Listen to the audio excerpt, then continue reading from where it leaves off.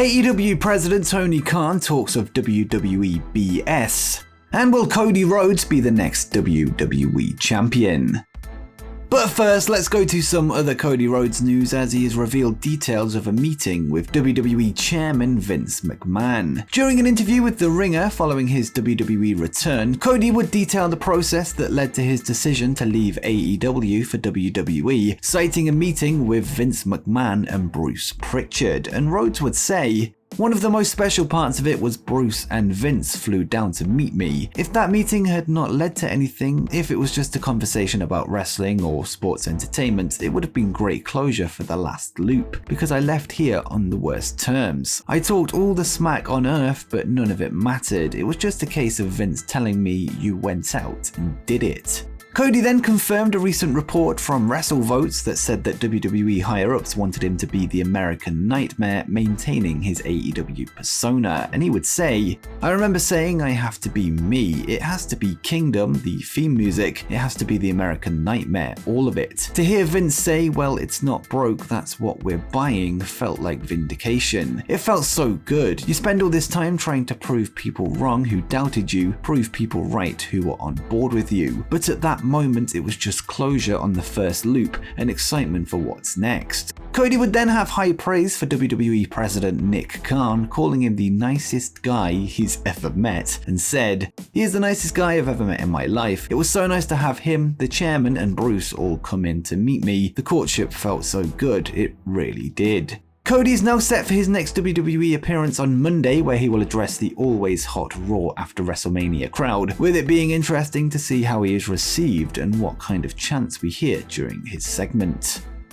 Next up, Impact Wrestling looks set to sign 2 top free agents. This week, the Briscoes would work 2 matches. First, for Ring of Honor at Supercard of Honor, where they lost their ROH Tag Team titles to FTR. The next night, they would lose once again at Impact Wrestling's multiverse of matches to the Good Brothers. According to PW Insider, Mark and Jay Briscoe were unhappy with their loss at the Impact show, but it was noted that the promotion hopes to bring them back in the near future. The report also notes that they're hoping to bring the tag team in more often, with the hope being that they will become regulars on the roster. It had been rumored that the Briscoes would sign for AEW and ROH under the Tony Khan banner once he bought the promotion, but their ROH tag title loss seems to suggest otherwise. The match would be followed by what felt like a send-off moment for the ROH Hall of Famers. It had been reported by Fightful that an individual in Warner Media was opposed to AEW signing the Briscoes due to past comments by Jay, and it looks like they could now be heading to Impact Wrestling instead.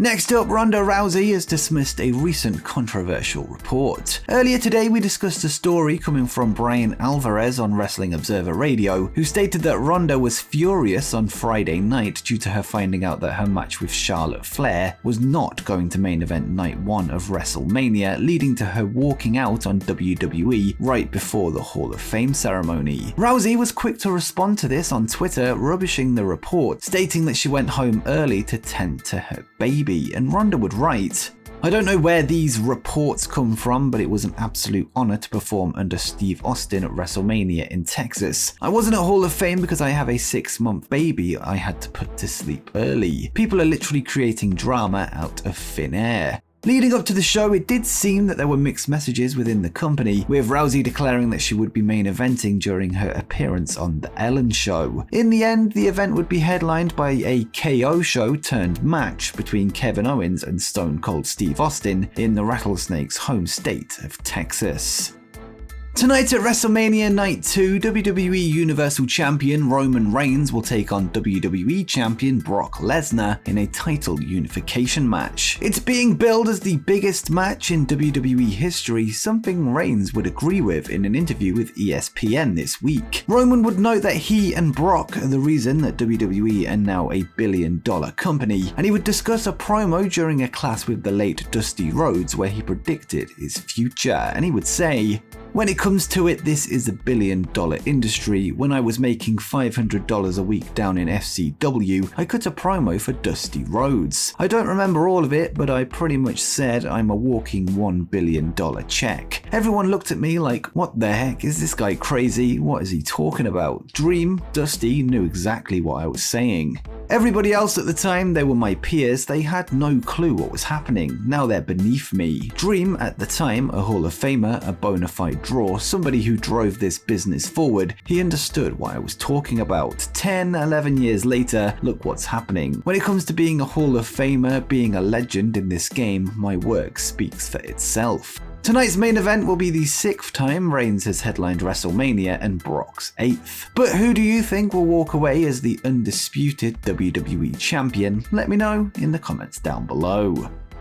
On Friday night, Ring of Honor would host Supercard of Honor, the promotion's first show under the ownership of AEW president Tony Khan. After the show, Khan would speak to the media to discuss the future of ROH, and he would be asked if he plans to bring the company back to WrestleMania weekend. Tony currently has a rule where he refuses to have AEW piggyback off WWE shows, but a journalist asked if it would be different for Ring of Honor in order to stick to tradition, and Khan would say, "It's soul crushing to have to book that. It was already booked, but I think we can draw without coming here, but on the other hand, it's a tradition for the fans who do come here." To be honest, I never really looked at it like that till you said that. Now I feel bad. I always said AEW was never going to come and do this, and I stuck to that. I never said Ring of Honor would never come and do it. We've done it once, so maybe I should do it and just get the hell out of town on Friday night. That also gives WWE a year to counter-program and come up with some bullshit thing to do to me. Khan would also reveal an interest in holding ROH shows in conjunction with AEW pay-per-views, something we may see going forward. But do you think ROH should stick to tradition and run on WrestleMania weekend? Let me know in the comments down below.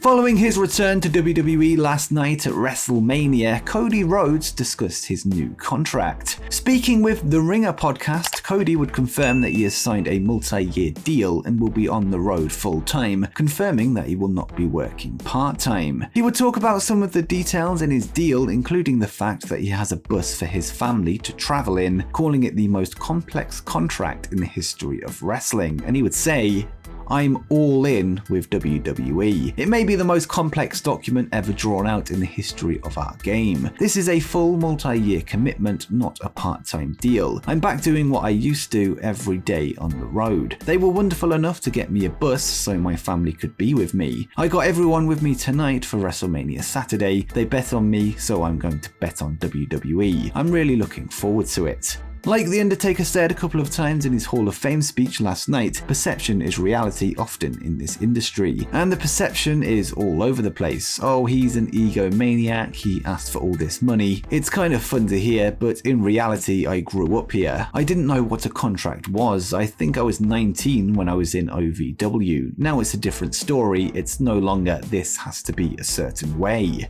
The conversation would then turn to AEW, and he revealed that he has nothing against his former home, but would imply that the TNT Championship no longer appealed to him, and he would say, "It's more a case of me being one of the founding fathers of AEW, and I wanted to ensure that I left with the utmost respect. Nobody here is lazy enough to make AEW jokes or bingo hall references or any of that, because I have nothing against them. It was time for me to move on. I wrestled everybody I wanted to in AEW. I didn't want to be a 15-time TNT champion and hold the belt hostage. I wanted to move on to a different piece of leather. I don't know why the contract is so complicated. My agent doesn't want me to disclose much, but yes, it's a pretty long contract. So I'm going to talk about it on Raw, but it's pretty clear what I came back to do. There's unfinished business for my family and something we never got, and I want to be the one to get it." Of course, there he's talking about the WWE Championship. In AEW, Cody was ineligible to compete for the AEW World Championship, this following his loss to then-champion Chris Jericho at Full Gear 2019. It seems that Cody has set the goal of becoming World Champion in WWE, with the Universal and WWE Championships set to be unified tonight in the main event of WrestleMania Night 2. Perhaps Brock Lesnar or Roman Reigns will be stepping in the ring with the American Nightmare at some point in the near future. And before you go, make sure you check out 10 things that you didn't know about AEW's Hook.